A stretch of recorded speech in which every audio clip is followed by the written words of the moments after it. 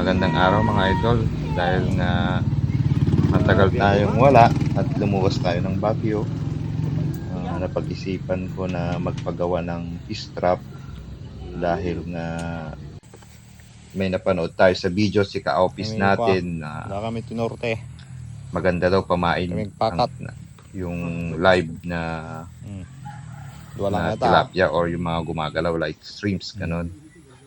Gawa na rin tayo ng mga pabobo Wala kami ti na farm. maliliit din yung 1.5 kaso inanod.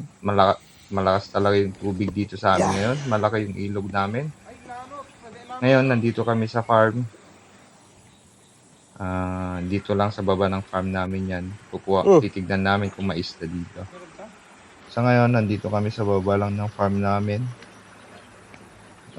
Tignan namin kung may makuha kaming tilapia dito. Kasi dati nakakuha na ako ng maliliit na hito dito at tilapia. Umagahan, mataas pa rin yung karayan namin. Mataas yung ilog. At chinek ko na rin yung yung fish trap namin kung meron.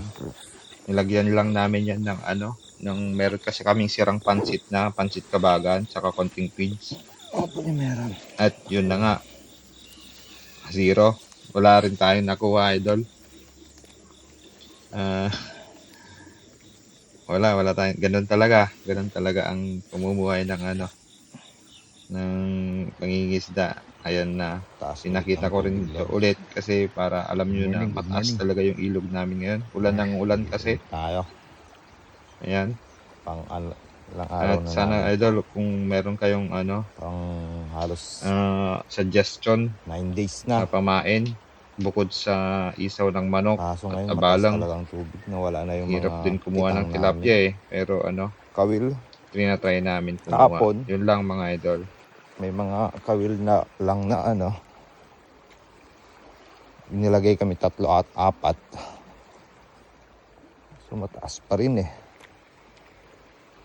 Hindi ko alam kung meron pa yung mga yun. Oh, tumaas.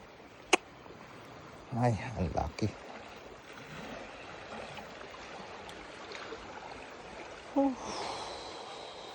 Meron pa yun dyan sa part na yan. Dito din. Sayang na naman yung kawil.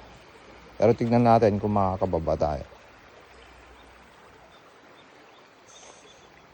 Yay.